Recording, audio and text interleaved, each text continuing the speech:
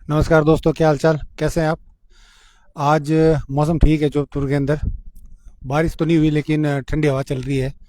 तो सरवाइव कर रहे हैं जीव जंतु जो भी है, इंसान भी सरवाइव कर रहे हैं। आज कूलर की भी कमी ज़रूरत पड़ी, थोड़ी उमस थी, ह्यूमिडिटी थी थोड़ी, लेकिन फिर भी ठीक है, चल रही गाड़ी। रोज़ के मुकाबले अच्छा था। जो नौतपा का खौफ बताया था न्यूज़ में, वो बिल्कुल नहीं है। नौतपा में कहते हैं कि बहुत ज़्यादा गर्मी पड़ती है, वो बिल्कुल नहीं है। आराम है। चलो ठीक है, जो भी जीव जंतु है उनके लिए ठीक है। कम से कम इतनी गर्मी ना लगे जिनसे उनकी मौत हो जाए।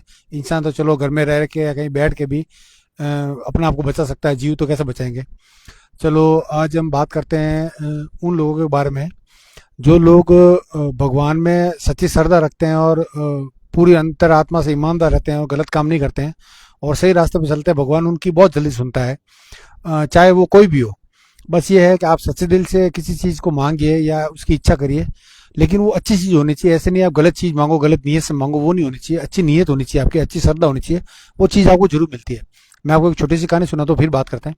एक बार की बात है, पुराने समय की बात है। एक जंगल के अंदर एक शिकारी आया। वो शिकार के लिए ढूंढता रहा, लेकिन सुबह शाम हो गई, उसको कुछ शिकार नहीं मिला। जब भी उसने देखा रात होने वाली थी तो सोचा रात को जंगली जानवर खा जाएंगे, मार देंगे मुझे। तो देखा उसने एक कुटिया दिखी, उस कुटिया के पास जाकर उसने दरवाजा खटखटाया। उसमें साधु बाहर आए। बोला क्या हुआ, कौन हो तुम। बोला मैं शिकारी हूँ। फिर शिकारी ने पूछा आप कौन, कि मैं साधु हूँ। तो बोला कि आप मुझे अगर घर में रहने की अनुमति दें तो आपकी बहुत बहुत मेहरबानी होगी, क्योंकि यहाँ जंगल में कुछ और रहने की व्यवस्था है नहीं। तो गुरुदेव ने बोला ठीक है, आ जाओ, आराम करो। जैसे आराम किया, थोड़ी देर हुई, गुरुदेव भोजन लेके आए, भोजन कराया, वो बहुत खुश हुआ। फिर उसने बोला कि गुरुदेव आप कितने समय से यहाँ रह रहे हो। बोला मैं तो काफ़ी समय से यहाँ पे रह रहा हूँ, भगवान की भक्ति कर रहा हूँ। तो बोला कि ठीक है। तो बोला कि आपको क्या चाहिए, कि मैं, आप किसको ढूंढ रहे हैं। अब गुरुदेव ने उनको ये ठीक नहीं लगा समझाना कि यार मैं भगवान की भक्ति कर रहा हूँ, बस ऐसे ही बोला, मैं ऐसे भगवान की शरण में बैठा हूँ। लेकिन ये नहीं बोला मैं क्या कर रहा हूँ। तो उसने फिर दबाव देकर पूछा भगवान क्या, गुरुदेव आप क्या करते हो यहाँ पे जंगल के अंदर बैठ के, क्या हो रहा है। तो गुरुदेव ने ऐसे मन में बोल दिया, मन से, कि ना एक कृष्ण भगवान की छवि के बारे में उन्होंने बता दिया गुरुदेव ने, कि एक सांवला सा लड़का है, उसके हाथ में बांसुरी है और वो जंगल में घूम रहा है, मैं उसकी तलाश में हूँ, अगर वो मुझे मिल जाए तो मेरा जीवन धन्य हो जाए। तो उसको समझ नहीं आया कि भगवान की बात कर रहे हैं ये। तो उसने बोला वो जरूर मिल जाएगा, आप चिंता मत करो। तो ऐसे करते हुए गुरुदेव रोने लगे, मैं सालों से यहीं बैठा हूँ, उनकी राह देख रहा हूँ, पर वो मुझे नहीं मिल रहे। तो उसने वचन दिया, उसने शिकारी ने, कि आप चिंता मत कीजिए, मैं आपको उनसे मिलूंगा, आप चिंता मत करो।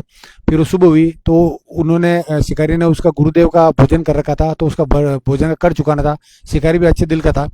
तो उसने क्या किया, नीचे बहुत बड़ा जाल बिछाया थोड़ी दूर पर, और ऊपर पेड़ पे जाके बैठ गया। उसको जाल बिछा के बैठे हुए करीबन 3-4 दिन बीत गए, भूखा प्यासा वो एक ही मन्नत मांगे जा रहा था भगवान से, ये भगवान जो भी वो सांवला सा लड़का है बांसुरी लिए हुए, वो आ जाए और मैं उसको गुरुदेव को मिलवा दूं, ताकि मेरा जीवन धन्य हो जाए। गुरुदेव कई सालों से उसकी राह देख रहे हैं, पता नहीं कौन है वो, मुझे नहीं पता, लेकिन वो मिल जाए, तो इसलिए मैंने जाल बिछाया है। ऐसे करते करते एक सप्ताह बीत गया, उसकी बहुत हालत खराब हो गई, मरने जैसी कंडीशन में आ गया। लेकिन वो वहां से उतरना नहीं चाहता था। उसके मन में ये था अगर मैं नीचे उतरूंगा तो जैसे अगर वो आ गया तो मैं उसको पकड़ नहीं पाऊंगा, तो फिर मेरा ये मेहनत की भी बेकार चली जाएगी। वो भूखा प्यासा उस पेड़ पे बैठा रहा उसके इंतजार में।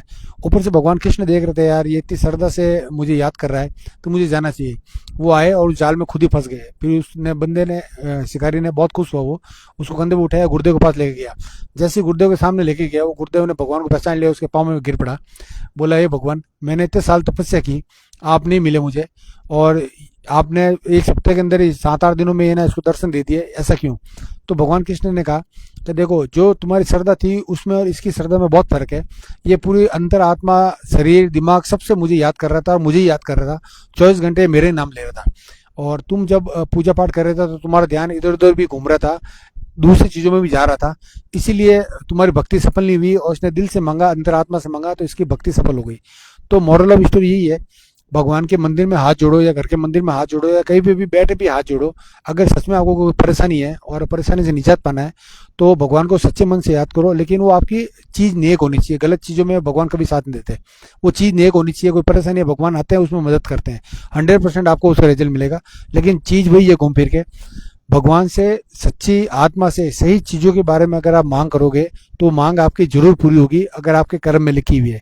लेकिन आपको वो सच्चे मन से, बगैर किसी स्वार्थ से और ईमानदारी आत्मा से आपको चीज़ मांगने की पड़ेगी, तभी वो चीज़ सफल होगी।